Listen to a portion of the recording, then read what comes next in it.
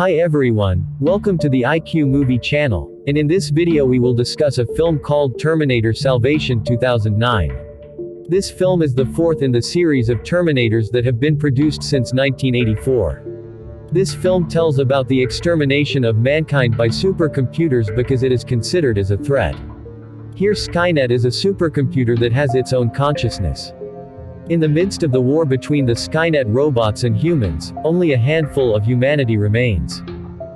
John Connor, who is the main character, plans to destroy the heart of SkyNet. But the attempt to do so is not easy and almost kills his own father who was reborn in the future. And before we move on to the storyline of the film, please subscribe to this channel first to always get updates on other interesting film storylines from this channel. In 2003, before SkyNet was launched, a death row inmate named Marcus Wright was visited by a SkyNet named Dr. Serena Corgan. Marcus was sentenced to death for killing his father and brother. Serena then offers Marcus to donate his body for medical research after his execution is complete. And because there really is no other goal after death, Marcus also agreed to Serena's offer. But Marcus didn't realize that his body would be managed by SkyNet and created the Terminator for the first time. Marcus was then taken to the execution room and immediately injected with poison.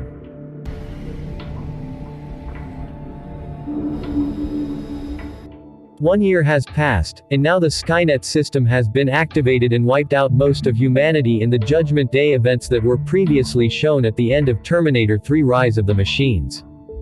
14 years later, in 2018, John Connor, the leader of the resistance group, attacked the SkyNet base in the Los Angeles desert. John and some of his team entered the base's basement. There they found many human bodies that were in the making of the Terminator, including Marcus. They also find a human captive who will suffer the same fate as Marcus. John's partner then hacked into SkyNet's computer system and found that SkyNet was creating the newest Terminator, the T-800. When John was about to bring the prisoners ashore, he suddenly saw a SkyNet plane taking off. Then John tried to catch the plane using a helicopter. But suddenly a nuke hits the base and makes their helicopter lose control and crash. As John stares in the direction of the explosion, he is startled by the T-600 trying to kill him. John immediately took the assault rifle on the side of the helicopter and fired at the T-600 until it was destroyed. After that, John was contacted by the resistance base asking for the number of survivors. John replied that he was the only survivor. The night after John was picked up by the rescue team, Marcus seems to have woken up from his hibernation. He was confused because he remembered he was in the prison execution room. Marcus then took the clothes of one of the fallen resistance members and left from there. On the other hand, John Connor has arrived at the resistance headquarters located on the nuclear submarine. John informs the resistance leader at the time, General Ashdown, that he has found a dungeon in the SkyNet base. Ashdown explained that the SkyNet used the basement as a signal path to connect to SkyNet bases around the world. Ashdown also told John that they had succeeded in creating a radio frequency capable of turning off the SkyNet machine. But that radio frequency has never been tested directly on a SkyNet machine, and now John is being asked to test it. Ashdown then explains his biggest plan to John, which is to destroy the SkyNet central base in San Francisco within 4 days from now. The reason is because Ashdown found information that SkyNet has made a murder list of 4 people, including Ashdown itself. John Connor, and especially Kyle Reese, is none other than John Connor's father. Well, who's number 1? Kyle Reese. After leaving John's headquarters then back to his base, he was greeted by Officer Barnes and his wife Kate Brewster. John then reflects while playing back the tape of his mother revealing the identity of Kyle Reese. Where in the future it was John who sent Kyle Reese to the past to protect his mother, which in the end the two had sex, giving birth to John Connor. On the tape his mother says that Kyle Reese is younger than John, maybe he is 15 years old. John, who knows that SkyNet wants to try to kill Kyle Reese, he also has a plan to save Kyle, whose whereabouts are still unknown. Elsewhere, Marcus arrives in urban Los Angeles. He is met with an unfriendly T-600 shooting at Marcus. Luckily there was a young man who saved Marcus. Turns out that young man is Kyle Reese. Kyle Reese then took Marcus inside the building to fish the T-600. Kyle then told a boy named Star to cut the straps and drop the car right on the T-600's body until it was crushed. The confused Marcus then asked Kyle what year it was. Kyle replies that it's 2018 and we've missed the nuclear apocalypse. That evening Marcus and the others listened to the live radio broadcast of John Connor making offers to the surviving people to go to his base. Kyle tells Marcus that they have to see John because he knows what all this is about. We gotta find this guy. In the morning they had managed to repair a Jeep on the side of the road. But Marcus and Kyle disagree about which direction they should go. At that moment, the SkyNet spy drone suddenly appeared. Marcus and Kyle immediately walked away. On the way Marcus managed to get rid of the drone by throwing a piece of iron. And without realizing his action was detected by John. John also sent 2 fighter planes to check the situation there. Got him to a safe area. Marcus, Kyle and Star have arrived at an old building. There they were surrounded by a group of people led by Aunt Virginia. Virginia warmly welcomed them by providing food. But a few moments later the harvester robot suddenly caught Virginia's aunt from behind and made everyone there feel panicked.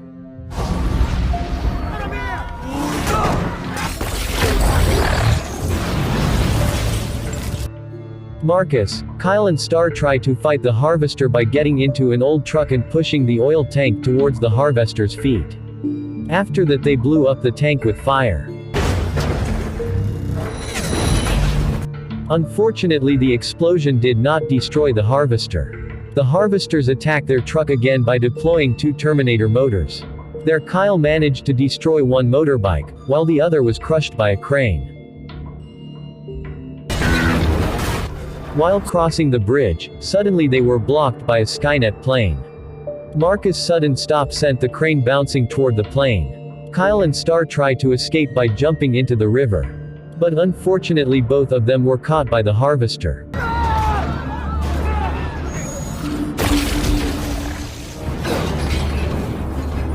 Marcus jumps onto the plane to free Kyle. But the harvester took Mark and threw him into the river. At the same time 2 resistance fighters came and managed to destroy one SkyNet fighter. SkyNet, who did not remain silent, then redeployed one fighter plane and managed to destroy 2 resistance fighters. Luckily one of the pilots named Blair William got out before the plane exploded. There Marcus approached pilot Blair who was stuck in the tower and the 2 of them got to know each other. Blair then takes Marcus to John's headquarters. Why don't you come with me to my base? That night it rained heavily. Blair and Marcus decide to take shelter for a while in the ruins of the building. When the rain stopped, a group of men suddenly surrounded Blair who was alone. Not long after that Marcus came and immediately beat them all.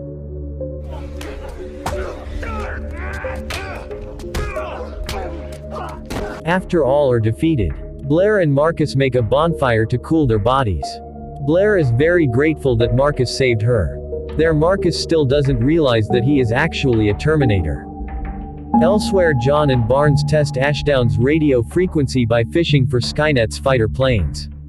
John was very happy when he found out that the radio frequency had turned off the SkyNet machine.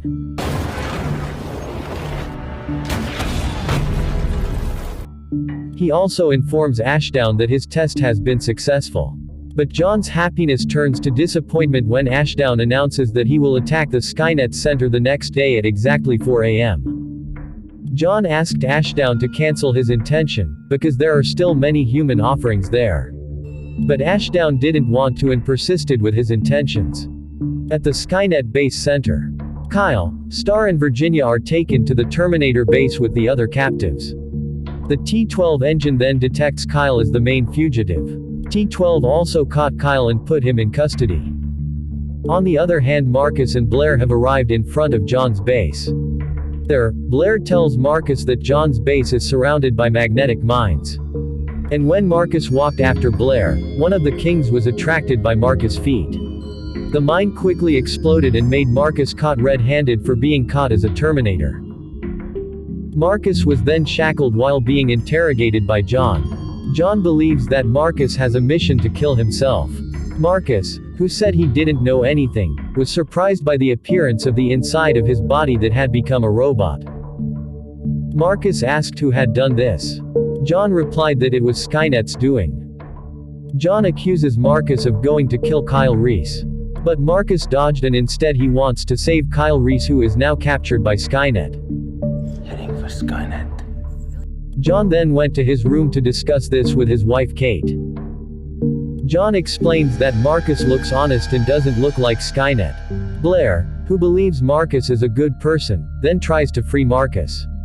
Blair immediately lowered Marcus and released him from the chains. Unfortunately, Blair's efforts were discovered by John. Both of them were completely attacked with bullets.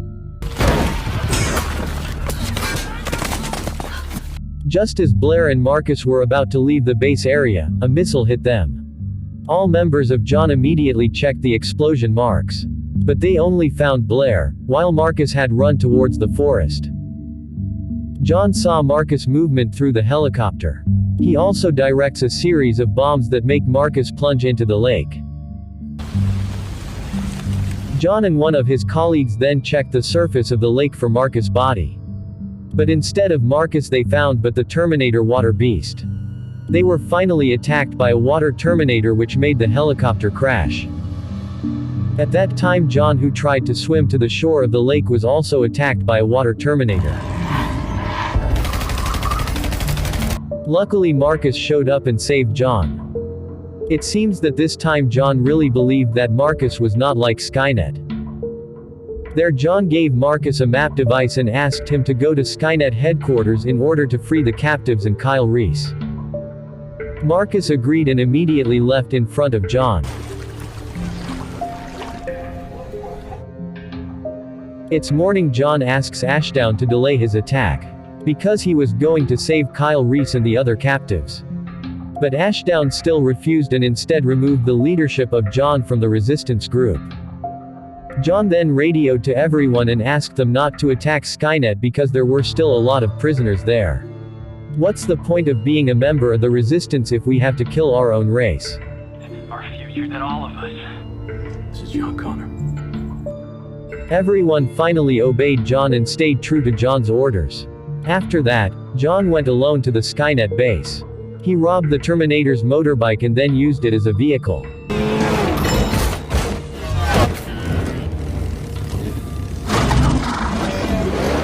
Marcus, on the other hand, has arrived at the north door of the SkyNet base. He was allowed in and started interacting with the SkyNet computer.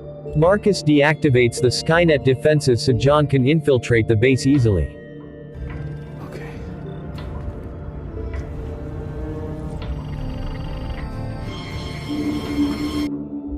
However, because Marcus interacted with the computer excessively, Marcus' nerves became sick. Marcus then woke up and found his body was whole again. There, Marcus was confronted with a SkyNet monitor screen showing Serena's doctor. SkyNet expresses its gratitude to Marcus for successfully luring John here. Now it became clear that Marcus' mind was programmed like the human mind. He considers himself a sane human being, which makes John believe in Marcus. Feeling guilty, Marcus challenges SkyNet that he will save John and destroy this base. SkyNet replied, "You can destroy the base but you can't stop SkyNet." In a rage, Marcus smashed the chip in his head, then smashed the monitor with a chair. At the submarine base, Ashdown and his group begin activating bomb launches. But it actually made SkyNet know their whereabouts. Finally, SkyNet first launched a bomb at them, which made Ashdown and his group die instantly.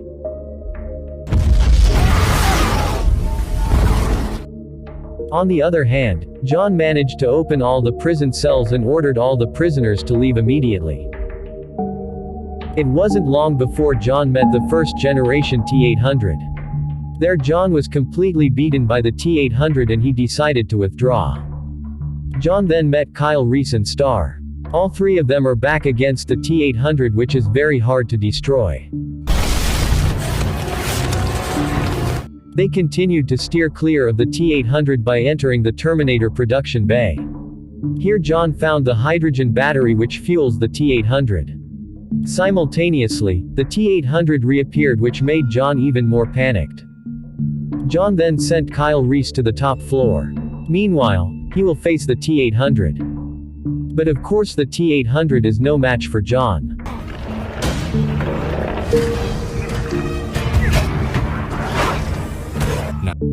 When John was about to be killed by T-800, suddenly Marcus appeared. Marcus drags the T-800 into battle. Meanwhile, John installed a bomb in a hydrogen battery.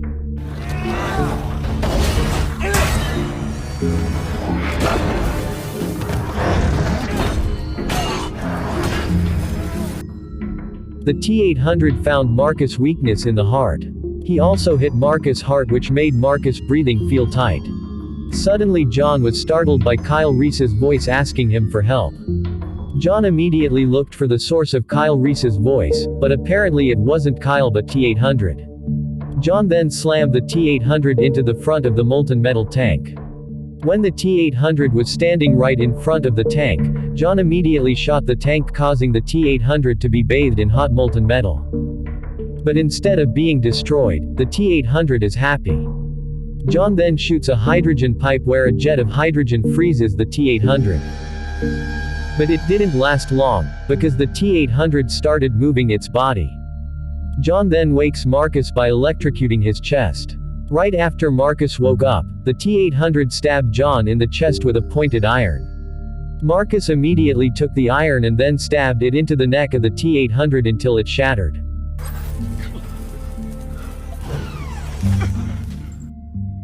A few moments later the reinforcements arrived.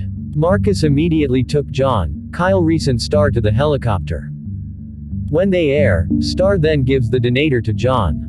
John then pressed the button causing the bomb to explode destroying the main SkyNet base.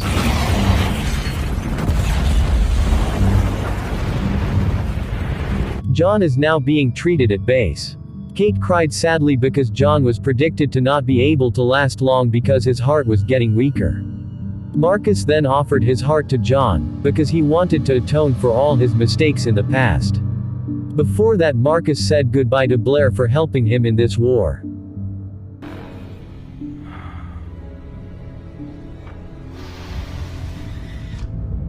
After the operation was over, John regained consciousness. And that's the end of Terminator Salvation this time. I hope you guys are entertained with the plot of the film this time. As usual, don't forget to subscribe to this channel to always get updates on other interesting film storylines and see you in the next video.